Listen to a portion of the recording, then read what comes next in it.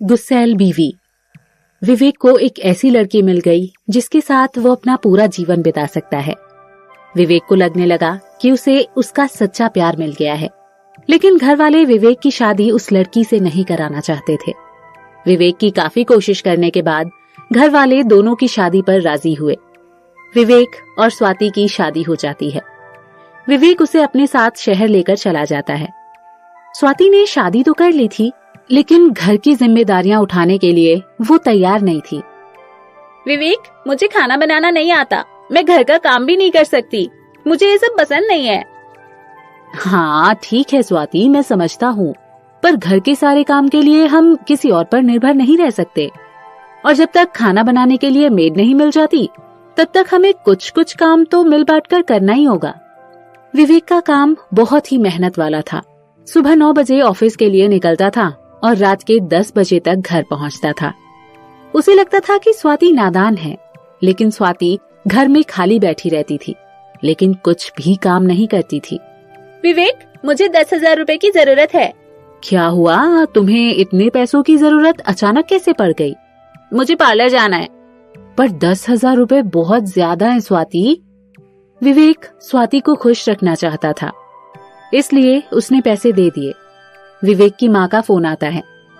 बेटा, घर की किस्त इस महीने तुम दे सकते हो क्या? क्योंकि इस बार भाई की ट्यूशन की फीस भी डबल है, इसलिए अगर तुम इस महीने की किस्त दे देते तो घर का खर्चा मैनेज हो जाता। हाँ ठीक है मम्मी, कोई बात नहीं, इस महीने की किस्त मैं भर देता हूँ, स्वाति ताना देते हुए कहती है। मैंने अभी तुमसे पैसे मांगे तो उसका कारण पूछा। अपनी मम्मी को एक बार में तुमने पैसों के लिए हाँ बोल दिया। कैसी बात कर रही हो स्वाति, मैं माँ को कैसे मना कर सकता हूँ? 2 सप्ताह बाद। सुनो स्वाति, मैं तुम्हें 30,000 दे रहा हूँ, इसमें से 18,000 घर का किराया है, बाकी पैसे घर के खर्चों के लिए है, और प्लीज किराया टाइम से दे देना। ठीक है, लेकिन मुझे और पैसों की जरूरत पड़ेगी, मैं इतने पैसों में घर नहीं चला सकती। तुम्हें घर के खर्चों को देख समझ कर खर्च करना पड़ेगा स्वाति, तभी घर अच्छे से चला पाएंगे हम लोग, सेविंग भी कर पाएंगे।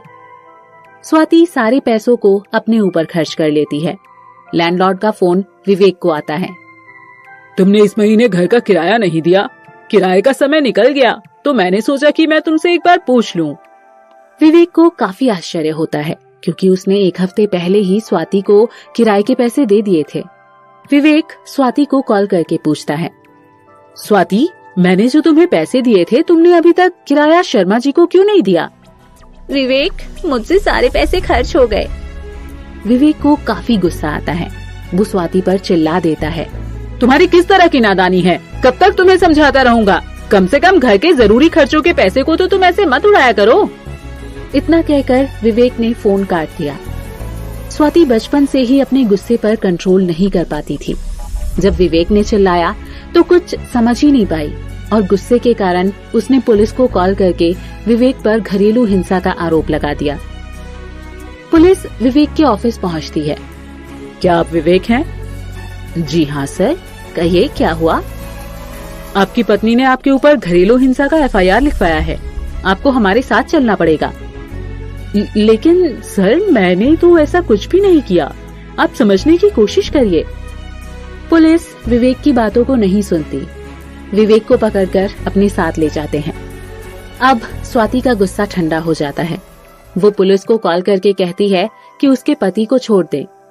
मैडम, ये कोई मजाक नहीं है कि आप इतना बड़ा आरोप किसी पर भी लगा दें और बोले कि उसे छोड़ दिया जाए। पहले आप पुलिस स्टेशन आइए, अपने पति की जमानत करवाइए या अपना FIR वापस लीजिए। स्वाति पुलिस स्टेशन पहुंच जाती है। मुझे माफ कर दीजिए, मेरे पति बेकसूर हैं और मैं अपना FIR वापस लेना चाहती हूँ।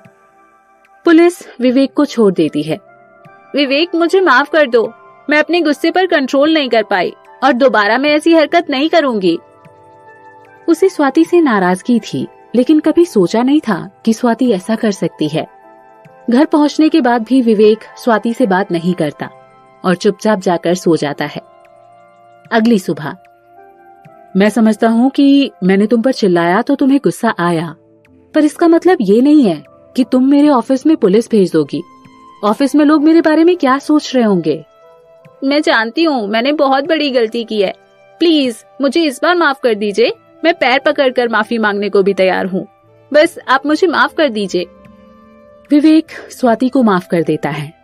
स्वाति और विवेक के बीच में बहुत अनबन होने लगी। स्वाति अपने गुस्से पर कंट्रोल नहीं कर पाती थी, जिसके कारण छोटी छोटी बातों में लड़ाई हो जाती थी।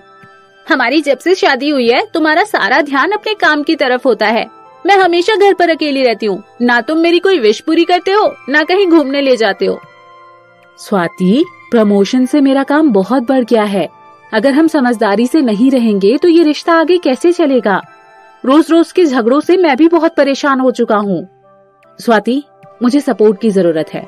हमारी आधी लड़ाइयों का कारण सिर्फ तुम्हारा गुस्सा है। स्वाति रोने लगती है।